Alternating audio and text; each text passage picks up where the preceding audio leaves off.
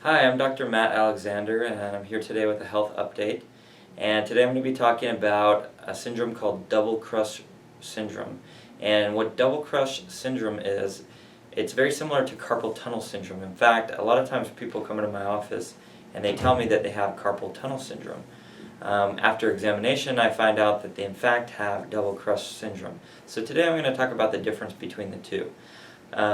Both conditions will radiate tingling, pain, and numbness into the hand. With the true carpal tunnel syndrome, usually the pain will not go into the thumb, it will just go into the rest of the hand. Typically there's just impingement at the transverse carpal ligament, which is in the bottom of the wrist here. And what it does is it pinches a nerve called the median nerve, which passes underneath it. Now, double crush syndrome is where there could be multiple areas along that nerve track if we follow the nerve all the way up to your spinal cord.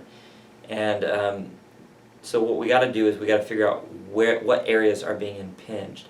And so what I do is when a patient comes into the office with symptoms of pain, tingling, or numbness in their hand, I simply press on the different areas such as the carpal tunnel, the forearm here, in the shoulder, the neck, and I figure out if any of those areas are being impinged and irritating the nerve.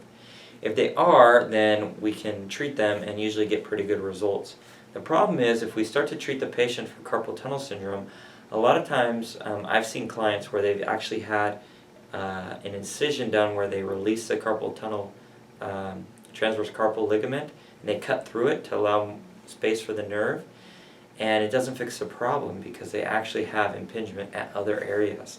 So the best thing to do would be to come into the office and have me take a look at it. We can figure out what the root cause of the problem is, and then we can get you proper treatment.